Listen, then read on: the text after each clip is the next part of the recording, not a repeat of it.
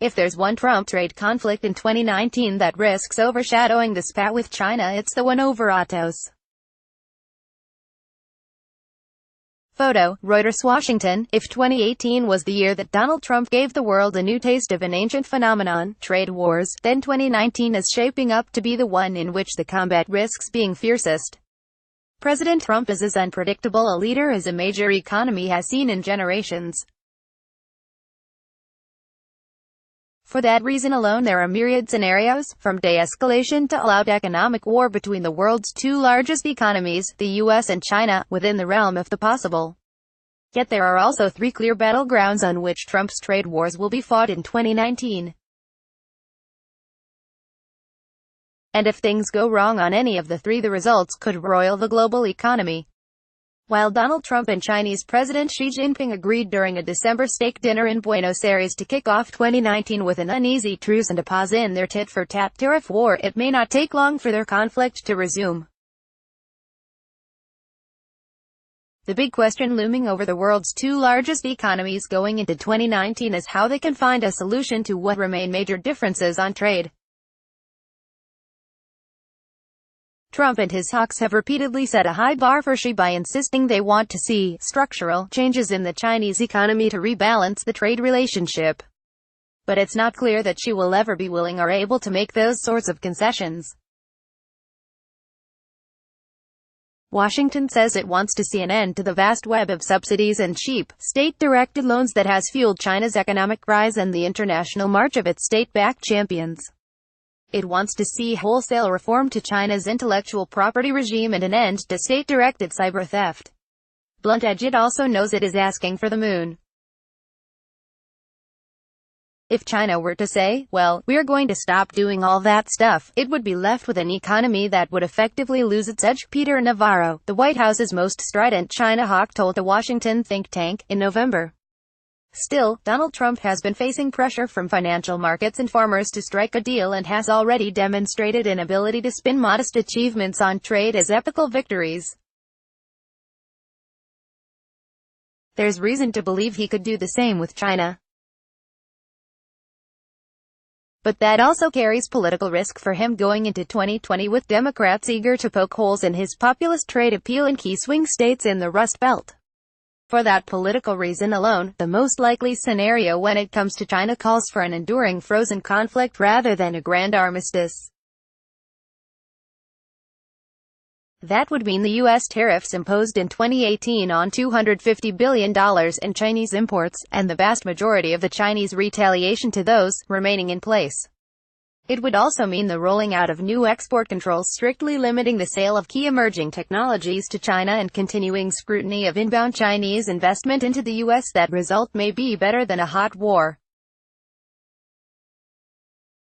But it wouldn't remove the possibility of the world's two leading economies slipping into a new Cold War, as many experts ended 2018 fearing. Also read, U.S.-China trade war, tit-for-tat becomes the normal. So read, how U.S.-China trade war will affect India-Otis conflict. If there's one Donald Trump trade conflict in 2019 that risks overshadowing the spat with China, it's the one over autos. The outcome of this conflict may also serve as a telling reminder of how Trump has set about rewriting America's long-standing economic and strategic relationships and the shadow that casts over the global economy. Trump's ordering up of a national security investigation into U.S. imports of cars and parts followed the model he used to impose steel and aluminum tariffs in 2018. And he has since made repeated threats to levy a 25% import tax on cars from Europe and Japan. Whether an imported Subaru or even a Porsche is a threat to U.S. national security is clearly debatable. But the investigation fits with what the administration insists is its broad definition of national security to include economic security. A strong manufacturing base, it argues, is as important to national security as a flotilla of aircraft carriers. Canada and Mexico have secured exemptions from any new tariffs as part of the renegotiated North American Free Trade Agreement. Fragile talks. The EU and Japan, meanwhile, have drawn promises of temporary exemptions from the auto tariffs while they negotiate trade deals with the US. The negotiations with the EU and Japan are fragile, however. And Trump is not a patient man. Before the end of 2019, therefore, there is a real risk that at least a substantial portion of the more than $140 billion in finished cars and parts that the U.S. imports from Europe, South Korea and Japan could be hit with tariffs. Such a move would be disruptive in itself.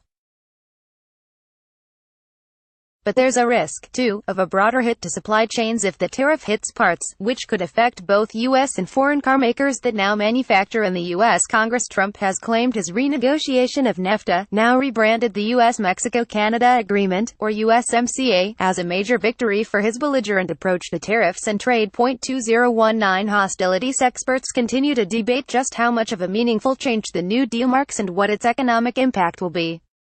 But no one doubts that Trump is facing a fight in 2019 to get the pact ratified by Congress, particularly with hostile Democrats controlling the lower house of representatives and thus wielding the power to block ratification. Trump has responded by vowing to pull out of the existing NAFTA altogether if Democrats don't ratify the USMCA, a move that would again leave immense uncertainty hanging over the North American economy, and reinforce the fears that in his trade wars Trump's most damaging trait may be his unpredictability. This story has been published from a Wire agency feed without modifications to the text. Only the headline has been changed.